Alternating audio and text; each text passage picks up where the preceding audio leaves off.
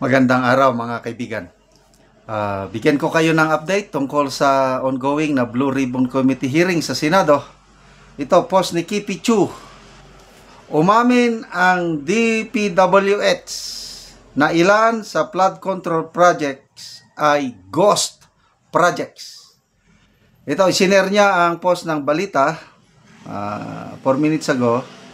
Inamin ni DPWH Secretary Manuel Bunuan na ang flood control projects na ipinagkaloob sa Wawao Builders Incorporated na may kontratang nagkakahalagang 5.9 million ay ghost projects. Okay. Specifically sa probinsya ng Bulacan. Nung nagtanong si Senator Jingo Estrada, sabi ni Senator Jinggoy, ang aking opisina nakatanggap ng report na sa bayan ng tatlong bayan yun, Kalumpit, Hagunoy, kalimutan ko yung isa, na itong Wawao Builders ay mga ghost ang mga projects niya doon. Do you confirm? Very honest naman ang secretary na yes, merong ghost projects.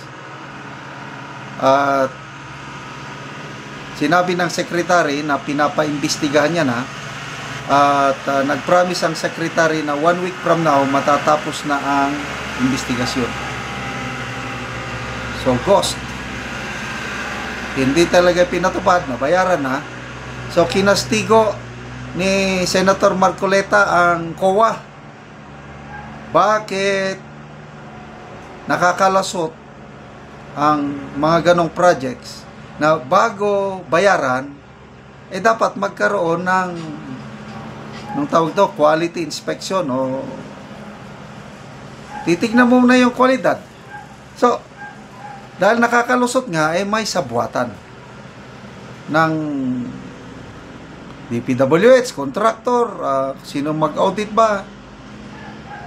Kaya, grabe talaga at sa susunod na hearing, pinaimbita na ang COA, anong tawag doon? District Officer sa Bulacan at ang COA, DPWH District Engineer.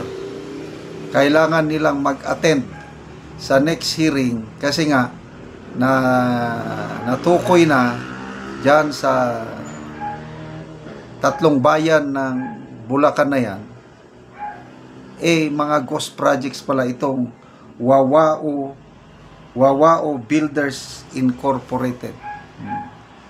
So, nung nagtanong si Senator Villanueva, talagang ipinakita niya yung as early as 2023, 2024. Grabe na yung mga pagbaha sa mga munisipalidad na yan. Hanggang ngayon, wala pa ring alibyo, wala pa ring nangyari. Kaya, ito na. Nabubuking na sila at salamat at naumpisan na itong investigasyon. Okay, pakinggan natin. Ito si Senator Rapi Tulfo nagtatanong. Kasi sir, sabi for now, kaya kami nag-uusap-usap dito, sa DPWH mo makikita ang pinakamayaman na opisyal sa ating bayan.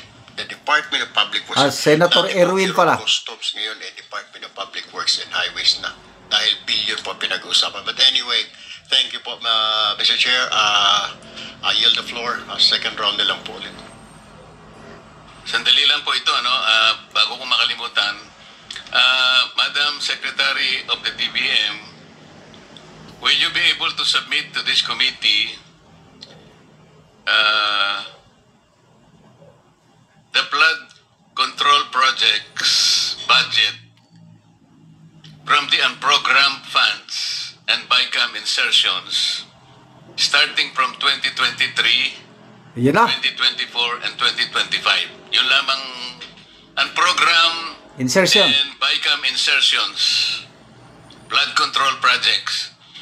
Kasi po, kaya gusto naming emphasize ito, mas malaki po yung kinikita ng politiko dito program and insertions. Bigyan ko na po kayo ng example. Yung politiko, sabi po po sa report, initial report, pagka ganito yung tipo ng project, 30% siya. Yung bidding back and losing bidders, inaayos po yan eh. That's 5%.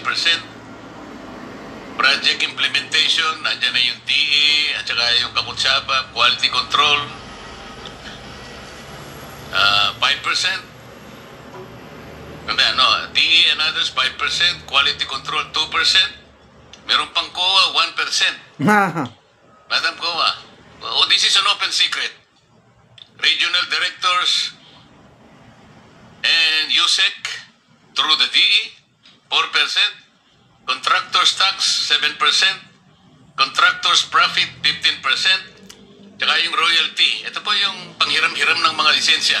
5%. Grabe. Alam mo total, Madam Secretary, 74%. Ang nawawala. Ang natitira po sa project, 26% na lang.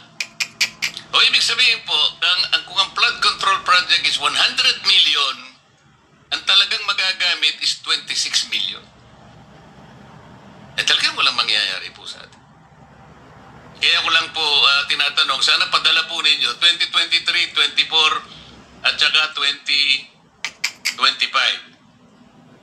We will furnish the committee, Mr. Chair. Okay, tas follow up lang po. Salamat po. Follow up po kasi may valid po yung point niya kanina. Identified na po natin yung 11 probinsya na flood-prone areas per the National Adaptation Plan of the Philippines 2023-2025. Bakit po 5 lamang na probinsya ang napagtuunan doon sa flood-prone provinces na yon? At ang napagtuunan po ninyo, wala po doon sa listahan na yon, is Cebu Province, 414 projects. Isabela, wala din po doon, 341 flood control projects. Albay, 273 flood control projects. Wala din po sa listahan yon. Leyte. Ba't ka napatingin sa akin, Senator Mix? Leyte.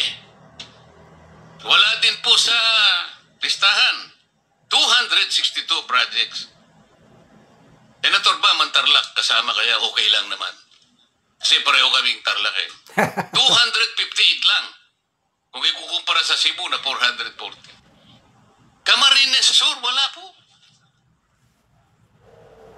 Camarines Sur, wala. 252. What is the logic, Mr. Secretary? Ang tinatanong po niya kanina, kung nandito lang, wala tayong po problemahin. Whatever equity you have been trying to project, well, equity. Logic, what is the logic? Wala sa blood. Ba't ka maglalagay doon? Hindi nga sa kasali. Para ba nga nangyari, Mr. Secretary? Hindi naman siya nagugutom. Doon ka nagbigay ng pagkain. What is the logic? Malalaki po ito eh. Wala, hindi masagot yan ng Secretary. Excuse me, Your Honor. As I've been trying to explain. Paulit-ulit na lang ang Secretary ng kawawa ng Secretary ng DPWH. Hindi niya masagot yung mga ganong tanong.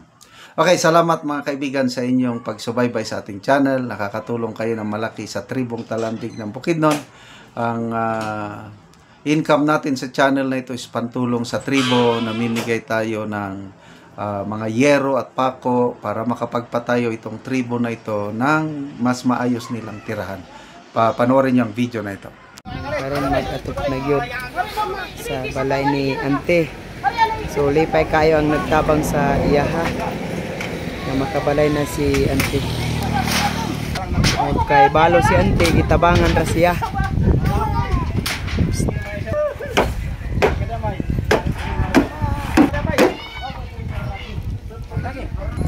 Kabalay na gyud si Ante.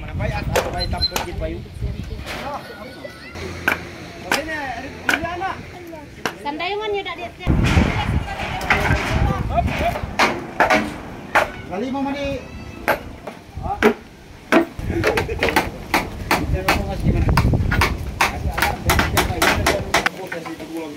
Ada orang kata baik.